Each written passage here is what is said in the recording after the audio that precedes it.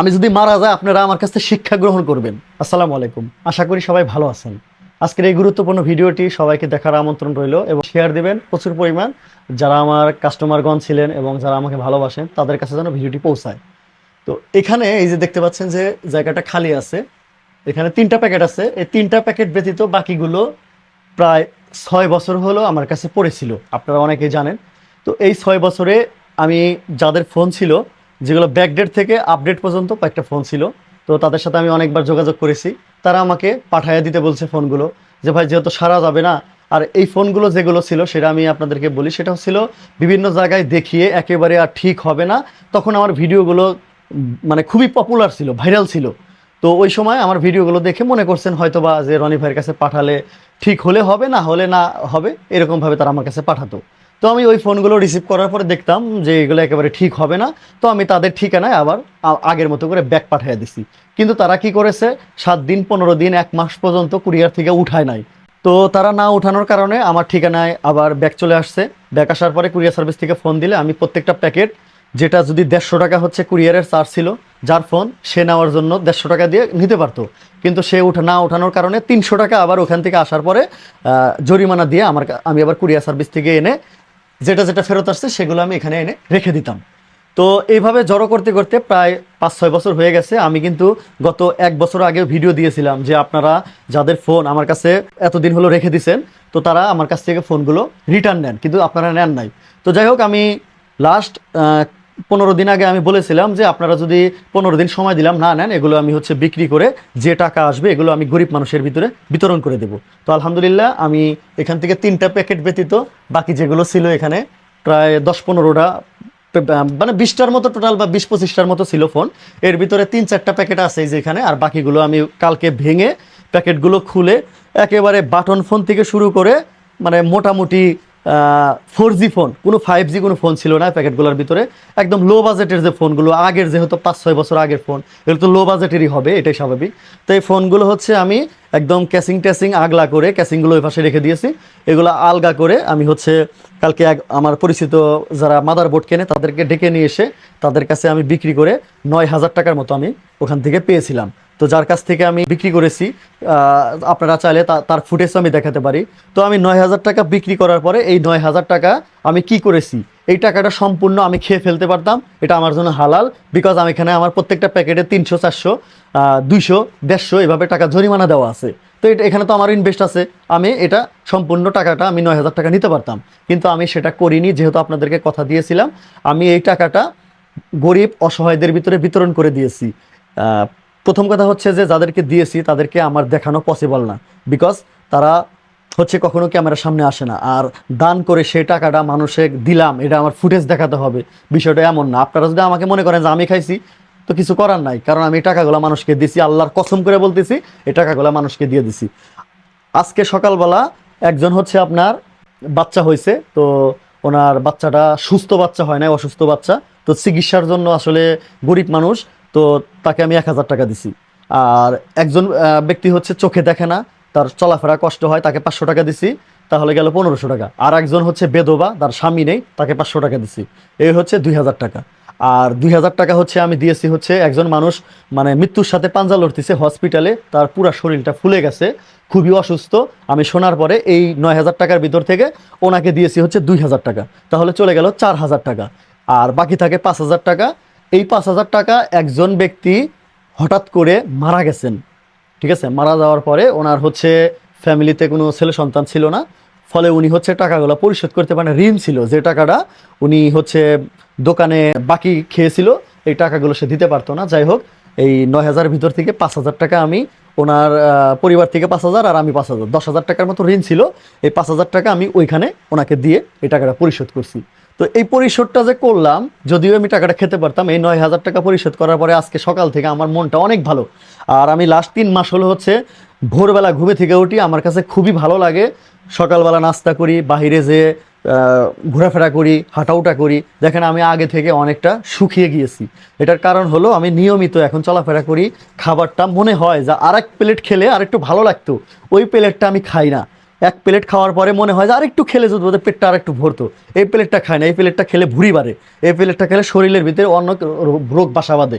অল্প করে খাবার খাই এবং খাবারটা মেনটেন করে চলি। এই জন্য হচ্ছে আলহামদুলিল্লাহ আমি অনেকটা আগের মতো ফিটিং হয়ে গেছে আমার শরীরটা। তো এই ছিল হচ্ছে আমার এই 6 বছরের যে মালামালগুলো, এগুলো বিক্রির যে বিবরণ বা বিস্তারিত বিষয়, শেষ আপডেট। এরপরে এই ফোনগুলোর ব্যাপারে আর কোনো আপডেট থাকবে না, বিকজ এগুলো হচ্ছে এখন যাদের ছিল তাদের নামে সওয়াবের খাতায় চলে গেছে, আর আমি সওয়াবের খাতায় এগুলো নিয়ে নিছি। আমাকে মালগুলোর ব্যাপারে কেউ কোনো কথা বলতে পারবেন না, ঠিক আছে? এই হচ্ছে বিষয়। আর দ্বিতীয় বিষয় আমি যেটা আপনাদেরকে বলতে চাচ্ছি, দ্বিতীয় এবং তৃতীয় বিষয়টা আপনারা একটু মনোযোগ দিয়ে শুনবেন। সেটা হচ্ছে যে আমার একটা পার্সোনাল আইডি আছে মোহাম্মদ দেলোয়ার হোসেন। ওই আইডিতে আমি হচ্ছে এখন বর্তমান কমেডি এবং ফানি টাইপের কিছু কন্টেন্ট বা ভিডিও তৈরি করি, ওগুলো আপলোড করি। সেখানে আপনারা অনেকে টেকনিশিয়ান যারা আছেন ফলো দিয়ে রেখেছেন, তারা আমাকে প্রচুর পরিমাণ বাজে কমেন্ট করেন। এই বাজে কমেন্টগুলোর কারণে আমি একবার মানসিকভাবে ভেঙেই পড়েছি, অনেক কষ্ট লাগে। একটা সাধারণ মানুষ আমাকে কখনোই বাজে কমেন্ট করে নাই।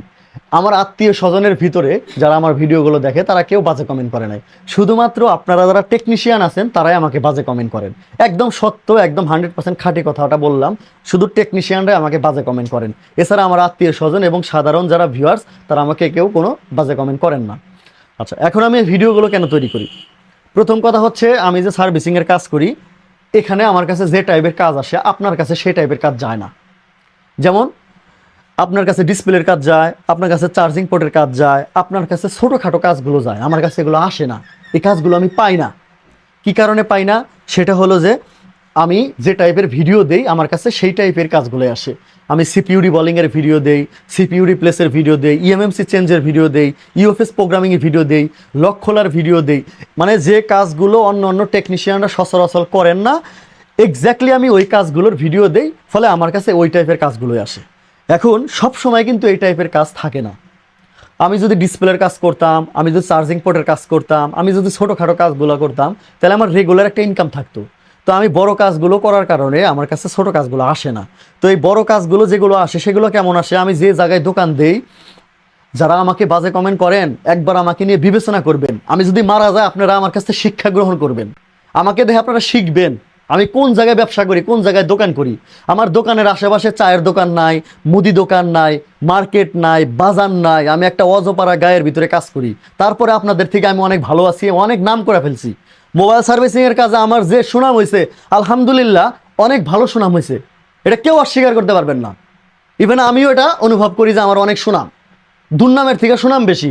দুর্নাম করে কিছু ফাজিল টাইপের টেকনিশিয়ান, যারা আমাকে পছন্দ করে না, দেখতে পারে না, তারা আমার সম্পর্কে দুর্নাম করে। তাছাড়া কোনো সাধারণ টেকনিশিয়ান, বেশিরভাগ সাধারণ টেকনিশিয়ান আমাকে ভালোবাসে। ফর এক্সাম্পল, আমি যখন কোথাও ঘুরতে যাই তখন ওই এলাকার টেকনিশিয়ানরা এসে বুকে ঝরায়া ধরে, হোটেলে খাওয়ায়, 1 টাকা আমাকে বিল দিতে দেয় না। তখনই বুঝতে পারি যে আমাকে সাধারণ টেকনিশিয়ানরা ভালোবাসে। কিছু হাতে গোনা আছে যারা ফালতু ফালতু টাইপের কমেন্ট করেন, ফালতুভাবে আমাকে রিয়াকশন করেন, ফালতুভাবে আমাকে সারাটা জীবন জ্বালাইছেন আপনারা। আমাকে সাধারণ মানুষ কখনোই আমাকে অপছন্দ বা আমাকে জ্বালায় নাই, শুধুমাত্র টেকনিশিয়ান ভাইরা আমাকে জ্বালাইছে। আবার সাধারণ মানুষের পাশাপাশি টেকনিশিয়ানরা আমাকে ভালোবাসা দিছেন, আমাকে বাসও দিছেন, কুনসিও দিছেন, ভালোবাসাও দিছেন আপনারাই। আপনাদের কাছে আমি চিরকৃতজ্ঞ।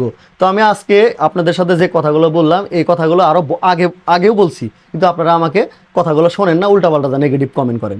আচ্ছা, এখন লাস্ট 21 সাল থেকে আমি যে ভিডিওগুলা আপলোড করি, সেই ভিডিওগুলো থেকে ফেসবুকের মনিটাইজেশন অপশন, আমি একমাত্র ব্যক্তি বাংলাদেশে সর্বপ্রথম মোবাইল সার্ভিসিং জগতে আমার পেজটা বিডিআইসি মাস্টার রনি এটা মনিটাইজ পায় ইনস্ট্রিমার। তো সেখান থেকে আমি কিছু অর্থ উপার্জন করতাম। 2023 সালে আমাকে 4টা ফেক কপিরাইট দেওয়ার কারণে আমার মনিটর চলে যায়। এরপর থেকে আমার ইনকাম সোর্স বন্ধ হয়ে যায়। আমি অনেক কষ্ট করে সংসার চালাইছি। হয়তোবা আমার চলাফেরা, কথাবার্তা, ভিডিওর কোয়ালিটি সব কিছু দেখার পর অনেকে ভাবতে পারেন যে এই হালাই তো অনেক টাকা কামাই করে, এই হালার তো অনেক কিছু বোঝা যায়। আসলে ভাই, দূর থেকে কাইসাখাত ঘন দেখা যায়, কাছে আসলে দেখবেন ফাঁক ফাঁক। এটা আমাদের আঞ্চলিক একটা ভাষা। তো বিষয়টা হচ্ছে যে 2023 সাল থেকে 2026 সাল আমার চলা অনেক কঠিন হয়ে গেছে। এই চলা কিবা কেমন কঠিন হয়েছে, আমার প্রত্যেক মাসে 25,000 টাকার মতো সংসার খরচ লাগে। এছাড়া আমার কোনো বাজে নেশা নাই, আমি কোনো নেশা টেশাও করি না, আমার কোনো ধরনের সিগারেট খাওয়ার নেশা নাই, বিড়ি খাওয়ার নেশা নাই, কোনো ধরনের আলতু ফালতু নেশা নাই। প্রত্যেক মাসে 25,000 টাকার মতো আমার সংসারে লাগে। এই 25,000 টাকা যে কোনো বিনামূল্যে আমাকে সংগ্রহ করতেই হবে। এখন বলতে পারেন যে ভাই কেমনে সংগ্রহ করবেন? আমি চুরিও করতে পারবো না, ডাকাতিও করতে পারবো না, সন্ত্রাসী বানাও করতে পারবো না। ভদ্রভাবে ভদ্র ফ্যামিলি থেকে জন্মগ্রহণ করেছি। আমরা চাইলে যে কোনো ছোটোখাটো কাজেও যেতে পারি না। চাইলেই আমি ভ্যান চালাতে পারবো না, রিক্সা চালাতে পারবো না, মানুষের বাসায় কামলাও দিতে পারবো না। টেকনিশিয়ান হিসাবে মোটামুটি এখন 90% মানুষই আমাকে চেনে। টেকনিশিয়ান হিসাবে চেনে, বর্তমান ভিডিও দেওয়ার কারণে ফানি হিসাবে চেনে, অনেক ফ্যামিলির লোক আমাকে চেনে। তো আমি চাইলে যে কোনো জায়গায় কাজ করতে পারবো না। এখন এই ভিডিওর নিচে অনেকে কমেন্ট করবেন যে ভাই তাহলে আসেন আমার দোকানে, আপনাকে 1 লাখ টাকা বেতন দেবো, 50,000 টাকা বেতন দেবো, 30,000 টাকা বেতন দেবো, আমার দোকানে কাজ করেন। বা ইম্পসিবল, আমার পক্ষে সেটাও সম্ভব না। কারণ আমি ছোটোবেলা থেকে কখনো মানুষের দুয়ারে কাজ করি না, আমি নিজের কাজ নিজে করি। হয়তো আপনাদেরকে বুঝাইতে পারছি কিনা আমি জানি না। আমি ছোটোবেলা থেকে কখনো মানুষের কাজ করতে পারি না, এটা আমার সম্ভব হয় না। সর্বোচ্চ 15 দিন 1 মাস করতে পারি, তারপরে আমার ওখান থেকে চলে আসতে হয়। আমার মনে টেকে না, ভালো লাগে না। কারণ আমি যেদিন থেকে মোবাইল সার্ভিসিংয়ের কাজ শিখছি, কাজ করি, টাকা পাইছি, ওই টাকা পেটের মধ্যে যাওয়ার পর থেকে মোবাইল সার্ভিসিংয়ের যারা কাজ করে, মোবাইল সার্ভিসিংয়ের কাজ করার টাকা পেটের মধ্যে যাওয়ার পর থেকে সে আর পৃথিবীর অন্য কোনো কর্ম করতে পারবে না। তার দ্বারা আর কোনো জব করা পসিবল না, সম্ভব না। সে কোনো অন্য কোনো কাজ করতে পারবে না, একদম ক্লিয়ার কাট কথা। সে অন্য কোনো কাজই করতে পারবে না।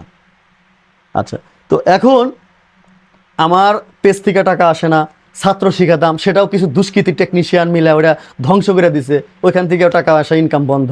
তারপরে আপনার হচ্ছে সার্ভিসিংয়ের যে কাজ, যে টাইপের ফোনগুলো আসে, 10টা আসলে 3টা ঠিক হয়, 7টায় ফেরত দেওয়া লাগে। বিভিন্ন জায়গায় দেখায় ঘাইটা গুইটা শেষ করার পরে mobile servicing, mobile related, mobile repair, এই টাইপের কথা বা এই টাইপের কোনো বিষয় যদি ডাটা অন করে বা ওয়াইফাই অন করে আপনার মোবাইলের সামনে বলেন, 3 দিনের ভিতরে বা 15 দিনের ভিতরে আমি রনি ভিডিআইসি মাস্টারের ভিডিও আপনার সামনে ফেসবুক কর্তৃপক্ষ এবং ইউটিউব কর্তৃপক্ষ শো করাবে। এদের অ্যালগোরিদম এভাবে কাজ করে। ডাটা অন রেখে যদি আপনি কোনো বিষয়ে কথা বলেন, 3 দিন 7 দিন 15 দিনের ভিতরে আপনার কাছে ওই টাইপের ভিডিও শো করাবে।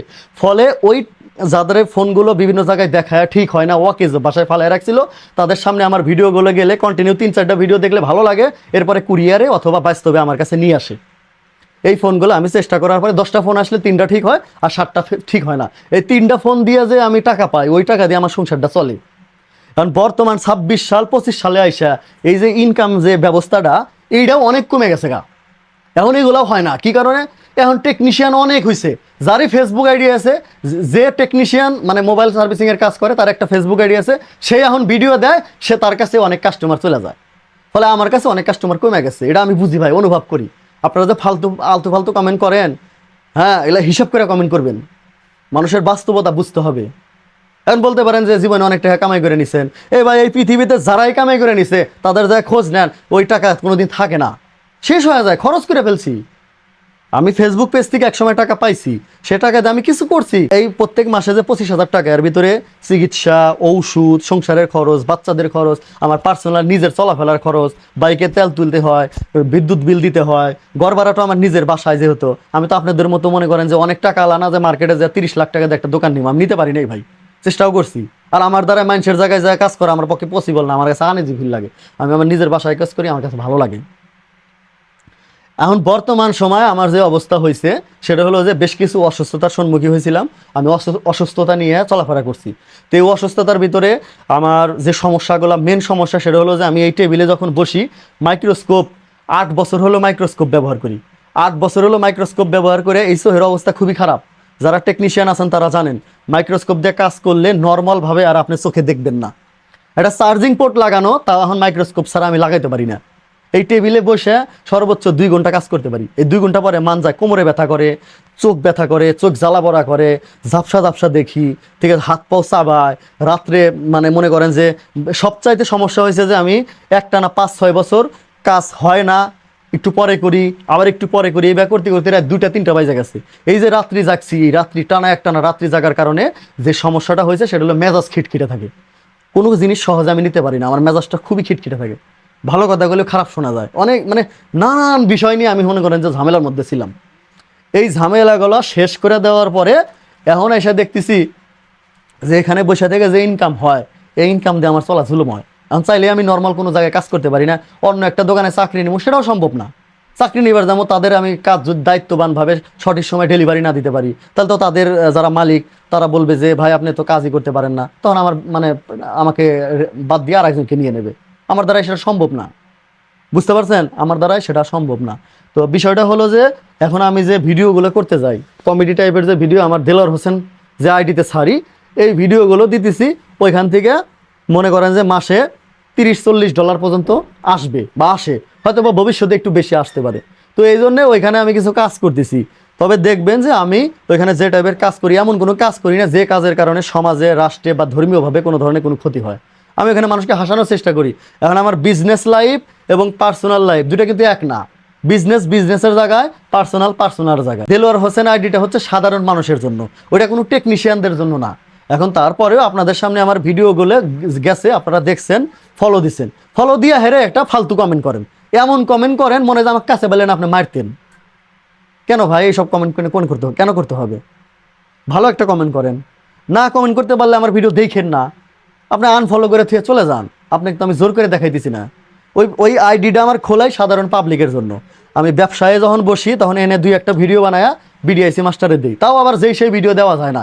দিলে আবার যারা একটু মানে টুকটাক কাজ বোঝে তারা আবার করে যে এ হালা এখন চার্জিং পোর্টের কাম দেয়, এ হালা এখন নর্মাল কাম দেয়, এ হালা এখন ভালো কাম দেয় না। আরে ভাই ভালো কাম দিমু, প্রত্যেক দিন তার ভালো কাম আসে না। তো সব জিনিসের একটা লিমিট থাকে, সব কিছুর একটা সীমা থাকে। এই বিষয়গুলো আপনাদের বুঝতে হবে। ভাই একটা হাত দিয়ে 2 লাইন লিখলেন, এই 2 লাইন লেখা আমি জর্জরিত হয়ে গেছি গা, আপনাদের এই কথা মর্মাহত হয়ে গেছি গা। আপনারা এমন এমন কমেন্ট করেন কেন ভাই? এর ধরনের কেন ফালতু কমেন্ট করতে হবে? আমার এই আইডিতে যারা টেকনিশিয়ান আছেন, দেলোয়ার হোসেন রনি, এই আইডিতে দেলোয়ার হোসেন, মোহাম্মদ দেলোয়ার হোসেন, এই আইডিতে ভাই যারা টেকনিশিয়ান আছে আপনাদের অনুরোধ করবো তারা আনফলো করে দেন, তারা আমার ওখানে থাকেন না। কারণ আপনারা থাকলে হাতের মধ্যে চুলকাইবো, খাই যাইবো, তখন ফালতু কমেন্ট করবেন। তো অনেক কথা বলতে চাইছিলাম, বলতে বলতে শেষ করে ফেলাইছি। আরও বলার ইচ্ছা ছিল, এখন ভুলেও গেছি কি বলবো। তো বিষয়টা আপনারা অবশ্যই আমলে নেবেন, বুঝবেন। সবাই ভালো থাকবেন, সুস্থ থাকবেন। আমি সকল টেকনিশিয়ানদেরকে ভালোবাসি, আপনারা আমাকে ভালোবাসবেন। আমার দেলোয়ার হোসেন আইডিতে যা ফালতু কমেন্ট করবেন না, আমাকে আমার মতো থাকতে দেন। আমি ভালো আছি, সুখে আছি, আপনারাও সুখে থাকেন, আমাকে আপনারা কষ্ট দিয়েন না। আসসালামু আলাইকুম ওয়া রাহমাতুল্লাহি ওয়া বারাকাতুহু।